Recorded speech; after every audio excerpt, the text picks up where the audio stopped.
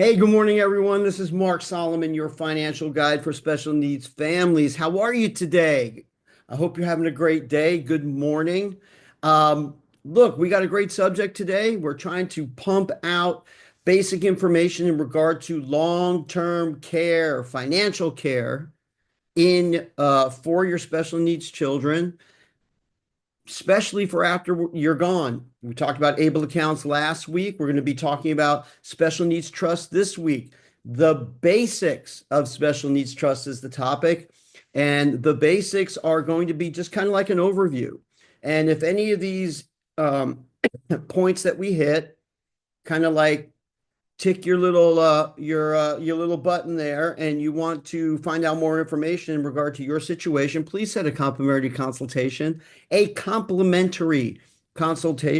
by just clicking on our calendar link that's usually below in the comments on YouTube and in Facebook. You can always in Facebook send us a private message, and from any place you can always send us an email to consultwithmark@yahoo.com. That's one word, consultwithmark@yahoo.com. Okay, so let's get to it. The subject is the basics of special needs trust, the how, why, what, where, when, you know, those things, the most important nuts and bolts. So, this is Mark Solomon, your financial guide for special needs families, bringing you simple ideas and strategies to help lower your financial pressures today so that you can get back to what's most important, taking care of your family. Now, look, the basics of special needs trust, these are the big rocks in the jar, in the box, that fit into your financial plan, your special needs financial plan.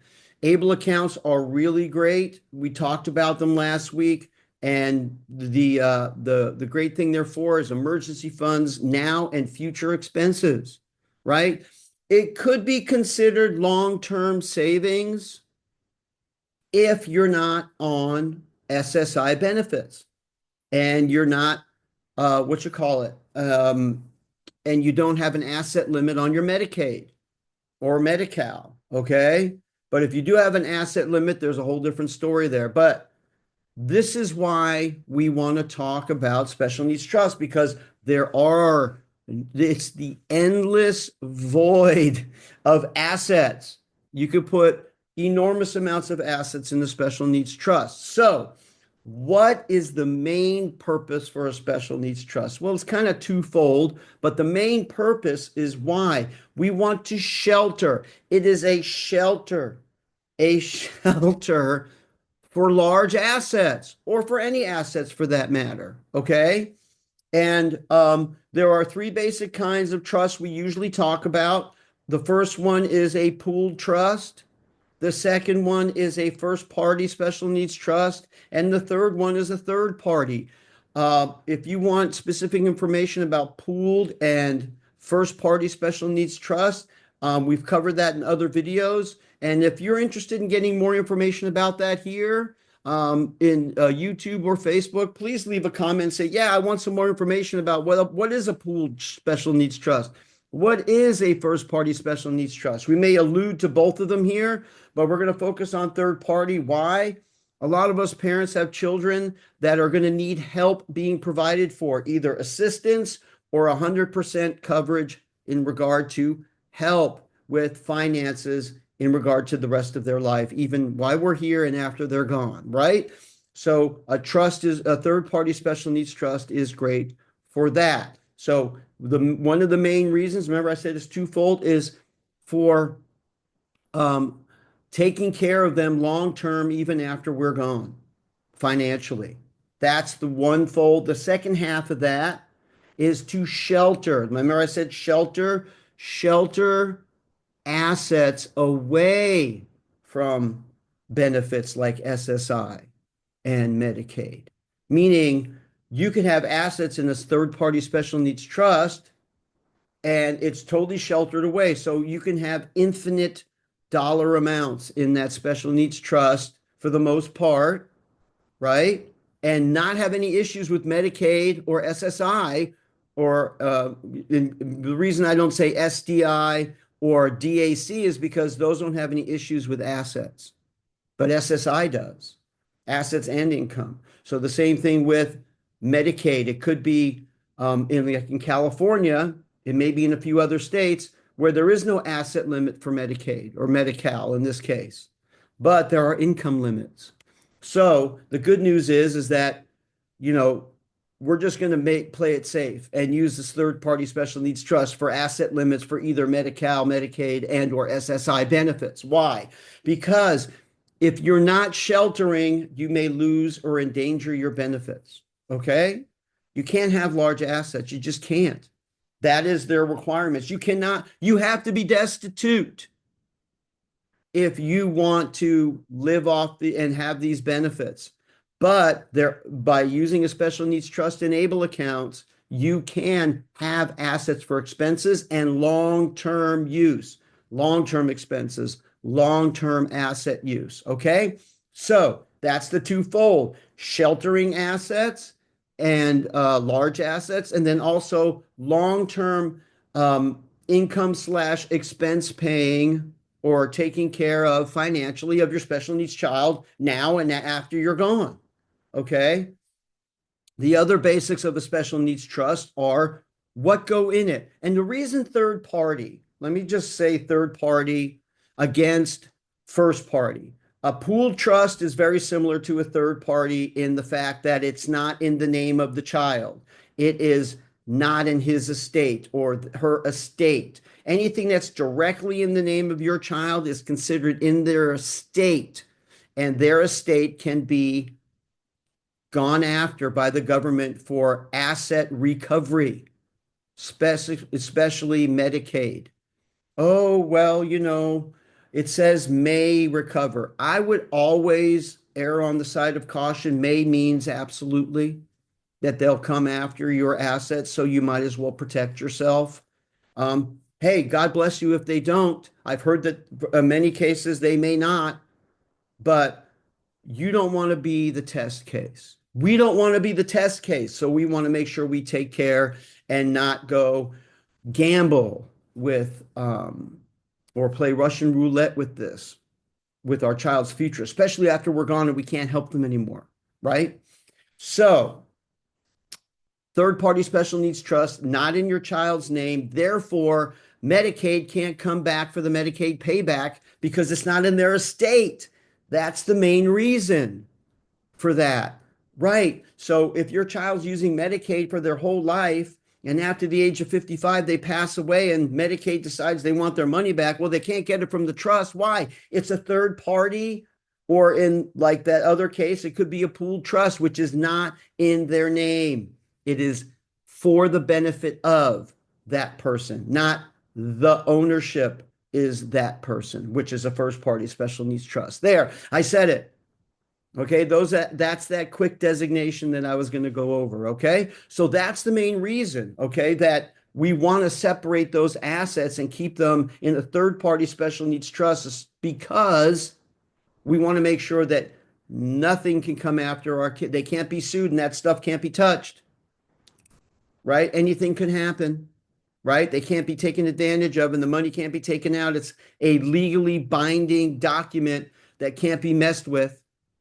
So it's protected, and your child's assets into the future are protected. Okay. So there you go. Number one, it's a shelter for large assets. And we want to talk about third party. Why? Because it's not in the name of your child. Therefore, it's not in their estate, and it can't be gone after by any outside entity. Okay. So what can go in there? Anything. Well, Mark, what's anything? I don't know. Do you have a houseboat? Houseboat can go in there. Do you have a home? A home can go in there. Do you have a business? A business can go in there. A business income can go in there. You can leave an income to your child in the trust. The income can go into the trust, into an account every month, however, every 6 months, every year, however you want to do it. Any asset can go in there. Now, well, Mark, what about insurance claims? Well, yeah, right. But this is what you have to make sure you do. When you get this trust, when you get this third party special needs trust, what you need to make sure you do is you let everyone who knows your child and or could leave your child an asset of any type. Could be a car, could be a house, could be life insurance claim, the beneficiary of a life insurance claim.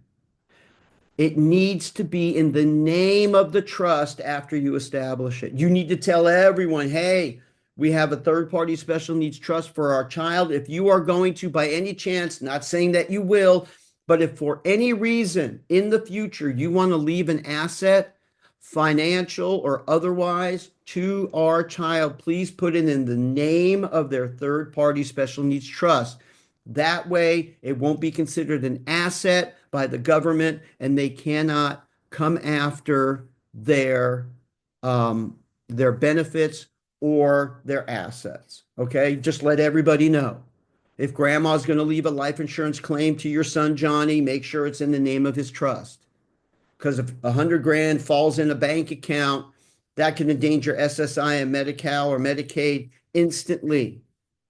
Maybe not Medi-Cal because of the asset limit, but definitely SSI and Medicaid in most other states. Okay. So we don't want to have that problem. So that's why you need to do that. So make sure that everybody knows that the third party special needs trust is where they leave, they make the beneficiary of their savings accounts, of their business income, their homes, their life insurance policy, a gift of any kind like that. Okay. That's why the special needs trust is there. And then lastly, one of the things that's really important, the special needs trust needs a trustee. Well, while you're alive, it probably is going to be you, right? Because who cares more for your child than you do? Hopefully nobody, right? Except the Lord.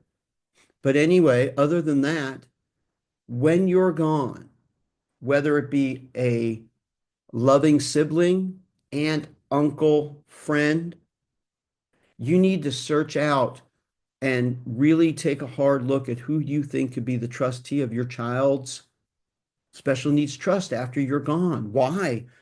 Because you want to make sure that person's going to do right by your child. But Mark, you said that they're legally bound. Yeah, they are. But until someone calls them out on it, they could take advantage. And you don't want anybody to do that. You don't want that to happen. So you make sure you vet the people that you're going to talk to. Look, Aunt Suzanne, nothing against my wife, Aunt Susie could be a wonderful person and loves your child, right? But when it comes to responsibility and taking care of a trust and making sure that the monies go where it's supposed to go and the taxes are filed when they're supposed to be filed and all the things that need to be happening for your child are taken care of on time and on purpose, even if it's written in the trust, the directions, maybe she's not great with responsibility, right? You got to make those hard choices. Yes, we love her and she loves our son, but is she the best choice, right? So also professional institutions can be the trustee. The attorney's office, where you set up the trust, talk to them, find out if they're willing to be the trustee as well. You might be a single parent and have no family. I've talked to many people like that. Mark, I don't have anybody.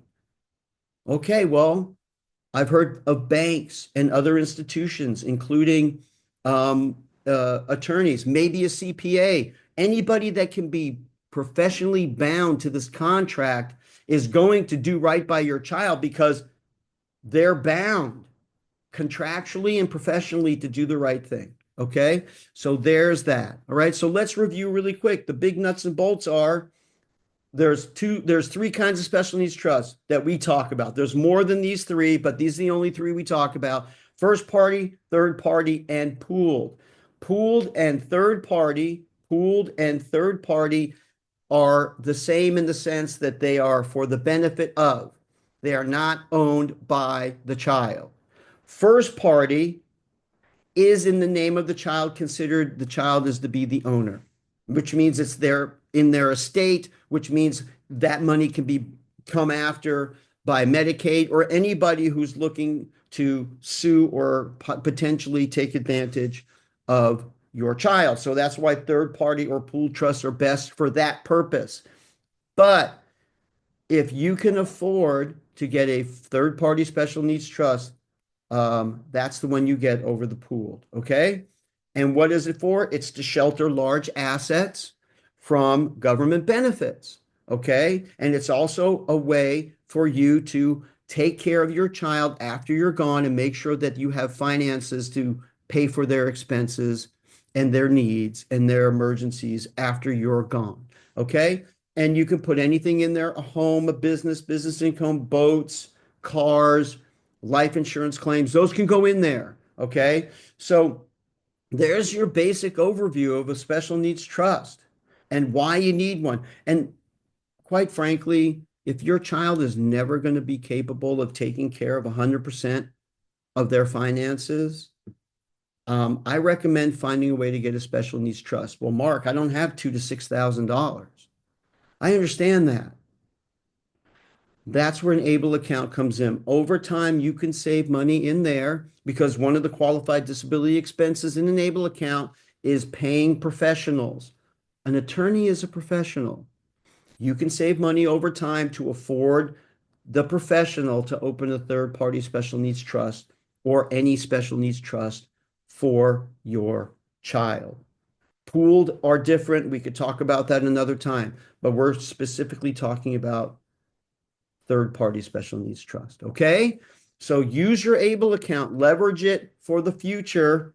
And if you're around, leverage it for the future of your special needs child to get a special needs trust. Because why? It doesn't take too long to save $2,000, right? Even at $50 a month, right? It only takes like 2.5 years to get there. But if you do 100, a year and a half, 2 years, you've got your $2,000+ and you can go get your child a third-party special needs trust. So I recommend it with the ABLE account as well. They work really well together. That's another topic we'll talk about soon. But I hope you guys found this valuable. Look, like I said, if any of this is bringing up questions in your head and you need help, please set a complimentary consultation in the comments below. And our calendar link is down there, or leave us a message or send us an email. Once again, one word, consultwithmark@yahoo.com, consultwithmark@yahoo.com. So thank you very much for sticking in there with me today. I hope you found this valuable. If you do, give me a thumbs up, subscribe in YouTube, or send your friends to our Facebook group so they can also get this information. Thank you again. This has been Mark Solomon, your financial guide for special needs families, bringing you simple ideas and strategies to help lower your financial pressures today. Take care. God bless, and we'll see you soon. Bye-bye.